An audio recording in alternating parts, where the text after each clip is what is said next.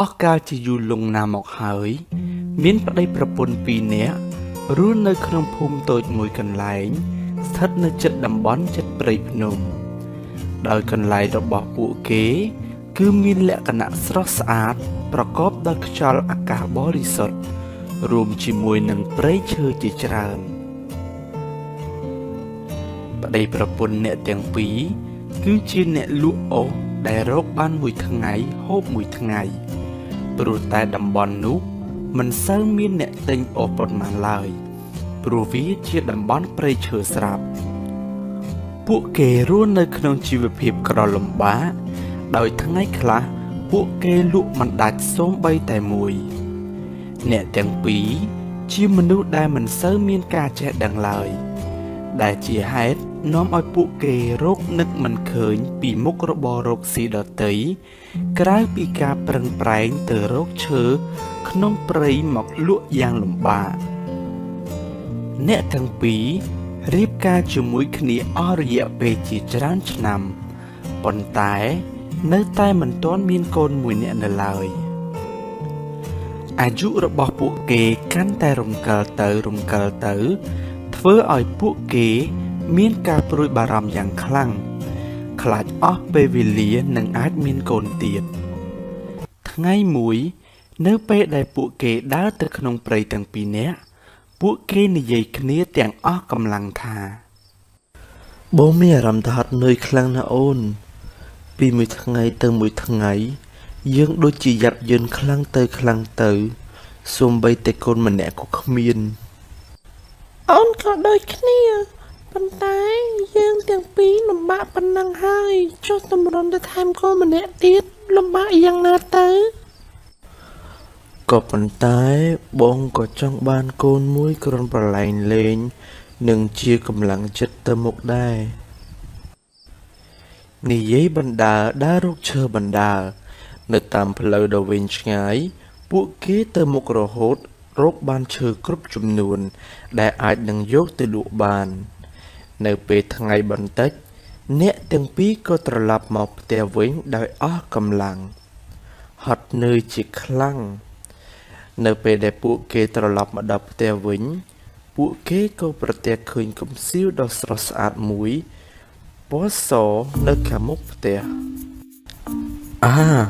កំសៀវអីក៏ស្អាតម្ល៉េះពណ៌សឡើងចាំងតែម្ដងឬមួយក៏ធ្លាក់ពីលើមេឃទៅដឹងប្រហែលជាអ្នកណាយកមកចោលនៅទីនេះហើយមើលទៅអ្នកទាំងពីរក៏បានយកកំសៀវនោះមកមើលនៅក្នុងកំសៀវនេះមានទឹកទៀត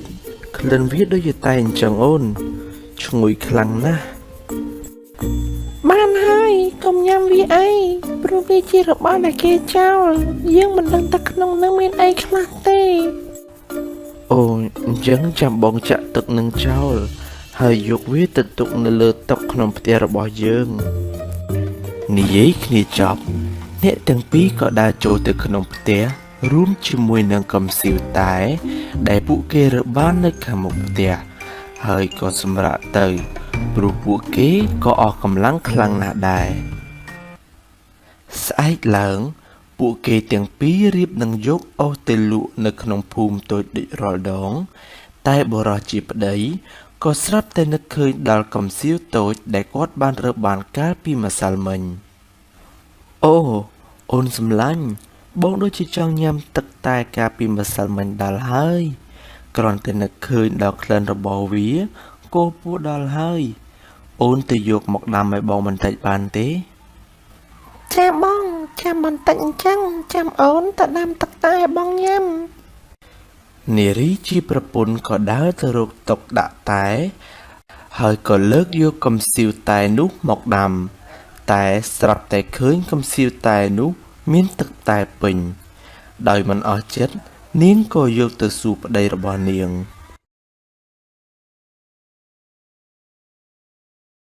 តើបងបានចាក់ទឹកតែនោះចោលទេម្សិលមិញ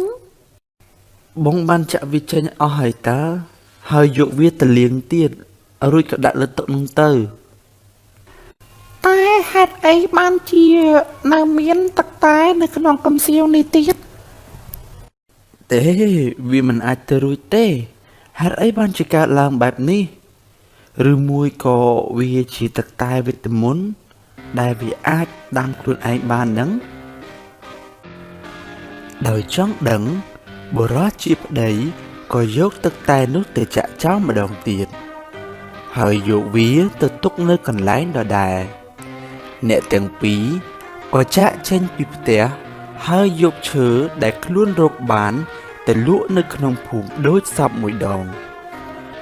ថ្ងៃនេះពួកគេទាំងពីរលក់ឈើនោះមិនដាច់សោះហើយក៏យកឈើទាំងអស់នោះត្រឡប់មកផ្ទះវិញទាំងអស់នៅពេលដើរមកដល់ផ្ទះអ្នកទាំងពីរក៏សម្ដៅទៅរកកំសៀវតែមុនគេស្រាប់តែពួកគេបានឃើញកំសៀវនោះមានទឹកតែពេញប្រកបណាស់ទឹកតែនេះប្រកាសជាទឹកតែវេទមន្តដែលទេវតាចង់ឲ្យយើងញ៉ាំហើយមើលទៅ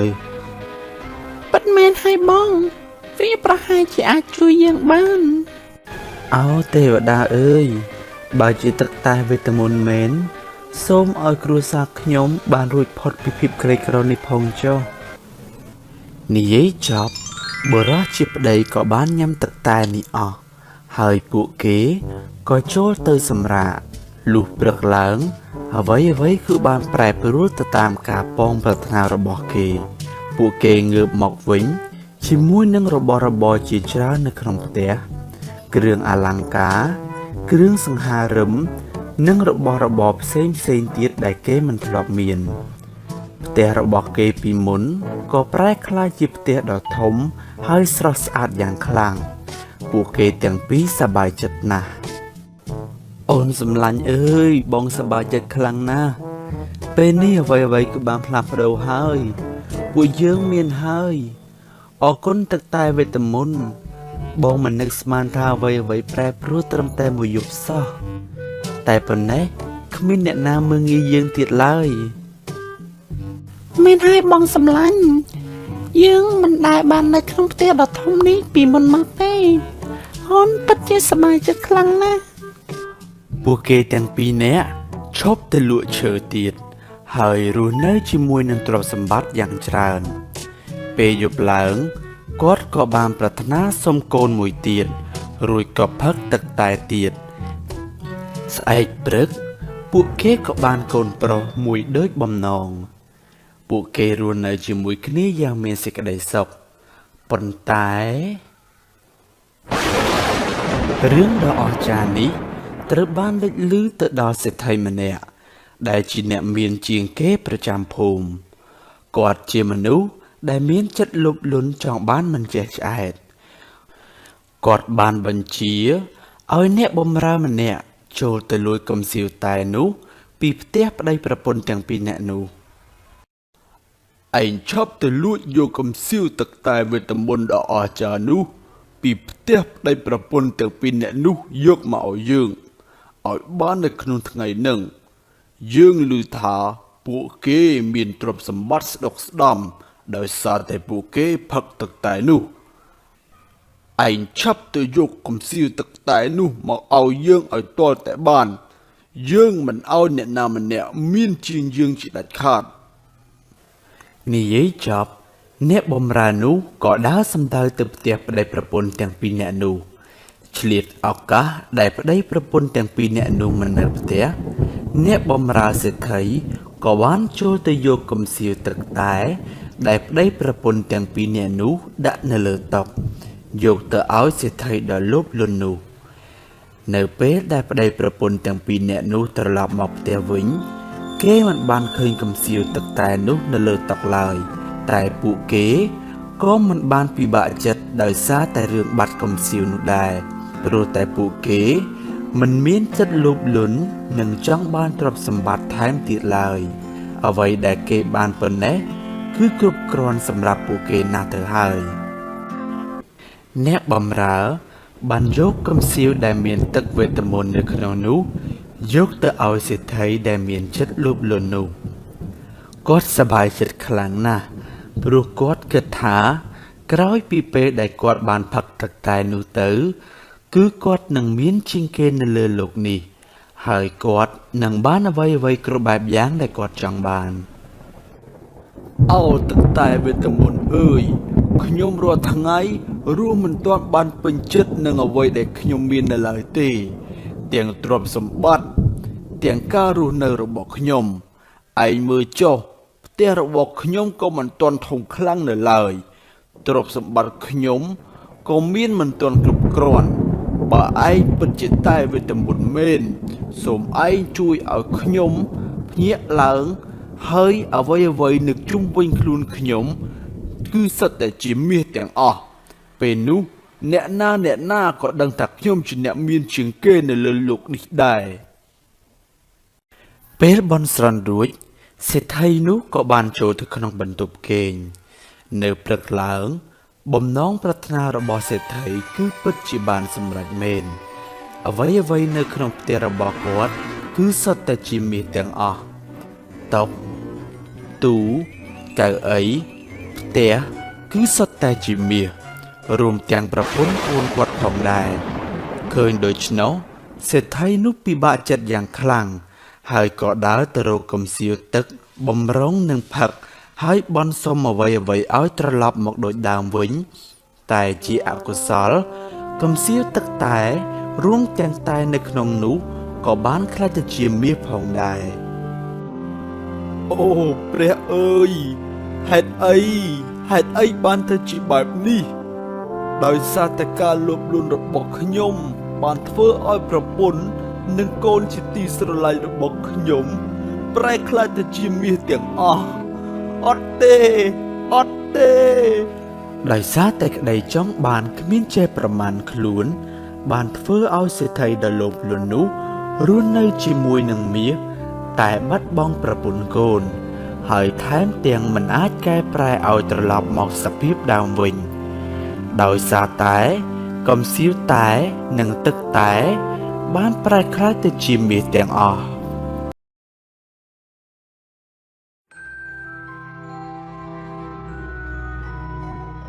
កាលពីយូរលង់ណាស់មកហើយ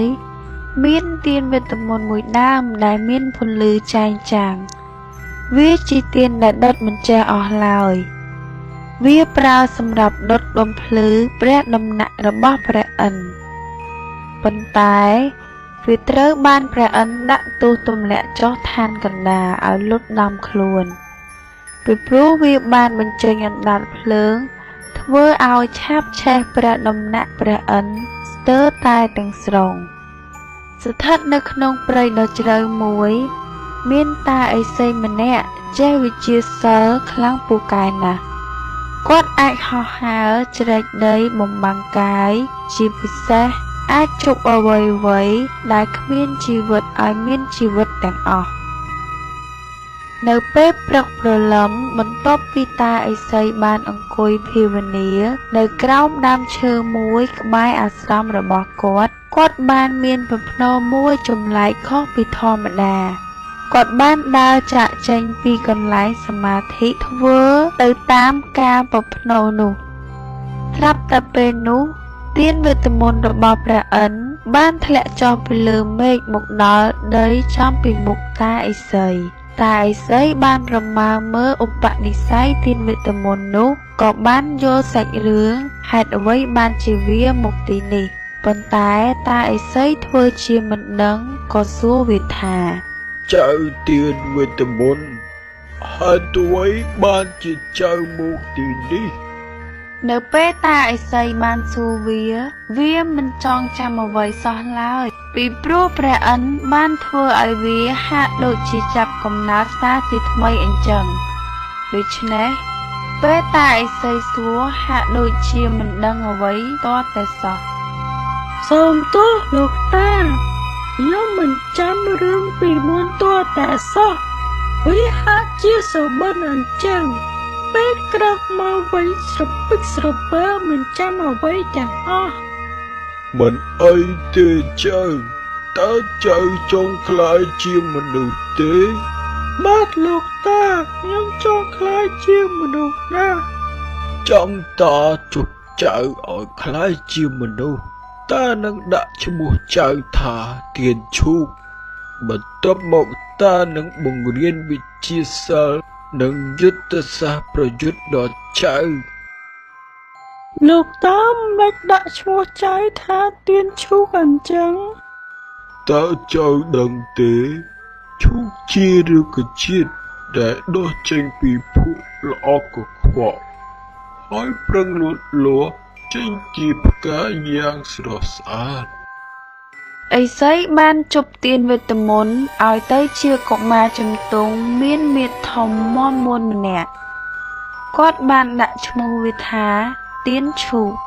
អរគុណលោកតាដែលបានជប់ចៅឲ្យក្លាយជាមនុស្សចៅពិតជាមិនអាចបំភ្លេចគុណយ៉ាងធំធេងនេះបានឡើយចៅនឹងស្ដាប់បង្គាប់លោកតា តាឥសីបាននាំកុមារាទៀនឈូកឲ្យរស់នៅជាមួយគាត់ដើម្បីចិញ្ចឹមបីបាច់ថែរក្សាជារៀងរាល់ថ្ងៃឈូកសតែងតែស្ដាប់ការទូន្មានរបស់តាឥសីដោយយកចិត្តទុកដាក់រាល់សម្ដីដែលលោកតាឥសីនិយាយវាចងចាំជានិច្ច ចៅត្រូវចាំថាទោះយើងមានវិជ្ជាសិលខ្លាំងប៉ុណ្ណាក៏ដោយបើយើងមិនប្រើប្រាជ្ញាទេគឺពិតជាមិនអាចជោគជ័យឡើយបញ្ញាប្រៀបបានជាអាវុធដ៏មិនស្រួលអញ្ចឹង បាទលោកតាចៅនឹងចងចាំការទូន្មានរបស់លោកតា ទៀនឈូកបានរៀនមន្តវិជ្ជាជាច្រើនវាពិតជាប៉ិនប្រសប់ណាស់វាអាចបាញ់ព្រួញចំគោលដៅល្អគ្មានខុសសូម្បីតែបន្តិច ខ្ញុំនឹងសាកការបាញ់គួនខ្ញុំនឹងបាញ់ផ្លែស្វាយនេះទម្លាក់មកឲ្យបាន តាឥសីពិតជាយកចិត្តទុកដាក់ទៅលើការបង្រៀនឈូកសណាស់គាត់តែងតែផ្ទេរសិលសាស្ត្រទៅវាធ្វើឲ្យសមត្ថភាពវាកើនឡើងពីមួយថ្ងៃទៅមួយថ្ងៃ ថ្ងៃនេះតើនឹងបង្រៀនពីមុខវិជ្ជាដែលទាក់ទងនឹងកម្លាំងពិសេសរបស់ចៅតើនឹងពន្យល់ពីកម្លាំងនេះឲ្យចៅយល់ចៅក៏អាចគ្រប់គ្រងប្រើប្រាស់វាក៏បានដែរវាជាកម្លាំងអគ្គិដែលមិនចេះរលត់នៅក្នុងខ្លួនចៅប៉ុន្តែធាតុភ្លើងចៅមិនត្រូវប្រើផ្ដេសផ្ដាស់ទេចៅត្រូវប្រើវាឲ្យទៅតាមកលៈទេសៈនិងជួយអ្នកដទៃតែប៉ុណ្ណោះ អូពិតជាអស្ចារ្យណាស់ខ្លួនខ្ញុំអាចបង្កើតភ្លើងបានខ្ញុំចង់ចេះវាខ្លាំងណាស់ ចាំតាបង្រៀនតែមុនដំបូងចៅតាំងសមាធិឲ្យស្ងប់ចិត្តសិនទៅណាចៅ មិនយូរប៉ុន្មានទៀនឈូកបានហាត់សម្រេចវិជ្ជាជប់ភ្លើងវាអាចប្រើសិលមានភ្លើងដើម្បីដុតអស់ដាំបាយនិងដាំទឹកនិងបំភ្លឺពេលយប់ យេសប្បាយចិត្តណាស់ពេលនេះខ្ញុំមិនលំបាករឿងបង្កាត់ភ្លើងទៀតទេមិនចាំបាច់ត្រូវការអស់ច្រើនគ្រាន់តែប្រើសិលបន្តិចរួចជាការស្រេច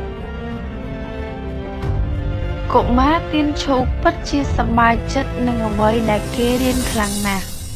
ប៉ុន្តែដោយសារតែកុមារទៀនឈូកធ្លាប់បានបង្កកំហុសធ្វើឲ្យឆេះព្រះដំណាក់ព្រះឥន្ទក៏ធ្វើឲ្យប៉ះពាល់ដល់ដំណាក់រក្សាយ័ន្ត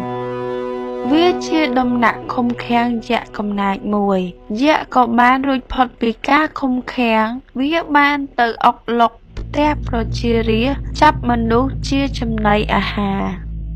យើងជាប់ឃុំអស់រាប់រយខែឆ្នាំហើយខានស៊ីមនុស្សអស់រយៈពេលយូរណាស់មកហើយបើបានស៊ីលោកនេះមិនដឹងឆ្ងាញ់ប៉ុណ្ណាទេ បន្ទាប់មកយក្សក៏ដើរចូលភូមិមួយ អ្នកភូមិទាំងនោះបានឃើញយក្សចូលទៅក្នុងភូមិដើរចាប់មនុស្សស៊ីក៏រត់ចែកជើងគ្នាសេនាការពារភូមិបានឃើញរឿងនេះក៏ទៅទូលព្រះរាជា ក្រាបថ្វាយបង្គំព្រះអង្គពេលនេះនគរកំពុងវឹកវរហើយ តើមានរឿងអ្វីបានជាភ័យស្លន់ស្លោយ៉ាងនេះ ក្រាបទូលព្រះអង្គនៅភូមិមួយភាគខាងជើងនៃព្រះនគរមានយក្សកំណាចមួយបានដើរអុកឡុកនិងចាប់ប្រជារាស្ត្រស៊ីជាចំណីអាហារបើបណ្ដាលឲ្យបែបនេះទៀតយក្សនឹងអុកឡុកដល់ព្រះរាជវាំងហើយព្រះអង្គ សេនាឆាប់បញ្ជាកងទ័ពទៅបង្ក្រាបយក្សជាបន្ទាន់ហើយស្វែងរកអ្នកខ្លាំងបន្ថែមទៀតដើម្បីសង្គ្រោះព្រះនគរ ដោយសារស្ដេចមានការភ័យខ្លាចជាខ្លាំងបានបញ្ជាកងទ័ពជាច្រើនទៅកម្ចាត់យក្សប៉ុន្តែមិនអាចទប់ទល់នឹងកម្លាំងមហិមារបស់យក្សបានឡើយដំណឹងនេះបានល្បីពាសពេញនគរធ្វើឲ្យចលាចលបានកាត់ឡើងក្នុងនគរបានធ្វើឲ្យមានការភ័យខ្លាចដល់ប្រជារាស្ត្រពួកគេបានរួចភៀសខ្លួនពេញនគរចំណែកឯតាឥសីបានប្រមាលមើលក៏ដឹងហេតុការណ៍នេះគាត់ពិតជាបារម្ភខ្លាំងណាស់មិនចង់ឃើញប្រជារាស្ត្រមានទុក្ខលំបាកឡើយតាឥសីបានប្រាប់រឿងនេះទៅដល់កុមារទៀនឈូក ចៅបើតាមតាប្រមាលមើលពេលនេះនគរពួកយើងកំពុងមានភាពវឹកវរយ៉ាងខ្លាំង មានរឿងអ្វីលោកតាម្ដេចក៏ទឹកមុខលោកតាក្រៀមក្រំយ៉ាងនេះ មានយក្សមួយបានអុកលុកនគរពួកយើងហើយវាបានចាប់ស៊ីប្រជារាស្ត្រធ្វើឲ្យប្រជារាស្ត្ររស់ស្ថិតក្នុងការភ័យខ្លាចជាខ្លាំងតើពិតជាមានអារម្មណ៍អាណិតអាសូរប្រជារាស្ត្រស្លូតត្រង់ណាស់ លោកតាដើម្បីសេចក្តីសុខរបស់ប្រជារាស្ត្រខ្ញុំកណាសូមអនុញ្ញាតលោកតាទៅកម្ចាត់យក្សនោះ ចៅគិតនេះពិតជាត្រឹមត្រូវណាស់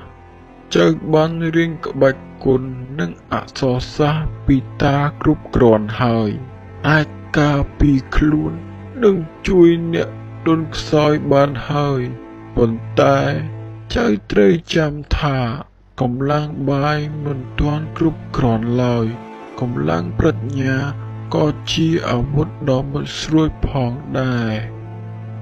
តាឥសីក៏បានយល់ព្រមតាមសំណើរបស់ចៅទៀនឈូកវាបានថ្វាយបង្គំលាតាឥសីហើយក៏ចាក់ចេញទៅបន្ទាប់មកតាឥសីអង្គុយភាវនាបន់ស្រន់លើករាសីជួយជាកម្លាំងដល់ចៅទៀនឈូកកុមារទៀនឈូកបានធ្វើដំណើរជិតដល់រាជវាំងក៏បានជួបសេនារាជវាំងបានប្រកាសរកអ្នកក្លាហានដើម្បីប្រយុទ្ធជាមួយយក្ស សេចក្តីប្រកាសសេចក្តីប្រកាសព្រះរាជាប្រកាសរកអ្នកក្លាហានប្រយុទ្ធជាមួយយក្សបើប្រយុទ្ធឈ្នះយក្សនឹងទទួលបានរង្វាន់ជាទីគប់ចិត្ត សេនាបានដើរប្រកាសស្ទើរតែពេញមួយថ្ងៃហើយមិនមានអ្នកណាក្លាហានឡើយ ខ្ញុំស្ម័គ្រចិត្តខ្ញុំមកទីនេះដើម្បីប្រយុទ្ធជាមួយយក្សខ្ញុំចេះទាំងវិជ្ជាគុណទាំងអក្សរសាស្ត្រសូមលោកនោះខ្ញុំទៅគប់ព្រះអង្គទៅ ពូពិតជាសប្បាយចិត្តណាស់ដែលក្មួយក្មេងសោះតែមានចិត្តក្លាហានចង់ជួយសង្គ្រោះព្រះនគរពីកំដាប់ដៃយក្សមួយដើរតាមពូមក ពួកគេក៏បានចាក់ចេញទៅជាមួយគ្នាដើម្បីបញ្ជាក់សមត្ថភាពថ្វាយព្រះរាជាឲ្យបានដឹង ថ្វាយបង្គំព្រះអង្គខ្ញុំម្ចាស់មានឈ្មោះថាទៀនឈូកខ្ញុំជាសិស្សរបស់តាឥសីដែលរស់ក្នុងព្រៃជ្រៅមួយព្រៃនោះស្ថិតនៅភាគខាងត្បូងនៃព្រះនគរ ពេលកុមារទានឈូកទៅដល់រាជវាំងវាបានបង្ហាញស្នាដៃមន្តវិជ្ជាដែលខ្លួនរៀនពីតាឥសីថ្វាយដល់ព្រះអង្គទតទ្រង់ពិតជាមានព្រះហឫទ័យសប្បាយរីករាយខ្លាំងណាស់ដែលមានកុមារក្លាហានម្នាក់មកជួយសង្គ្រោះព្រះនគរល្អណាស់នគរពួកយើងសង្ឃឹមលើក្មួយទៀនឈូកឯងហើយសេនាឆាប់រៀបចំកន្លែងស្នាក់នៅដល់កុមារទៀនឈូកដើម្បីយកកម្លាំងប្រយុទ្ធជាមួយយក្សទទួលបញ្ជាព្រះអង្គខណៈពេលដែលយក្សបំរុងចូលអុកឡុកក្នុងភូមិកុមារទៀនឈូកបានចេញមុខរារាំងណែយក្សចង្រៃឆាប់ចេញទៅកុំមកធ្វើបាបមនុស្សនៅទីនេះទៀតយោគ្រាន់ជាក្មេងប៉ុនចៃលើក្បាលយើងសោះម្ដេចសម្ដីឆ្លោះយ៉ាងនេះយើងគ្រាន់តែប្រើម្រាមដៃយើងតែមួយអាចញីឯងឲ្យស្លាប់ទៅនឹងកន្លែងបានហើយយើងមើលឃើញឯងយូរទៅ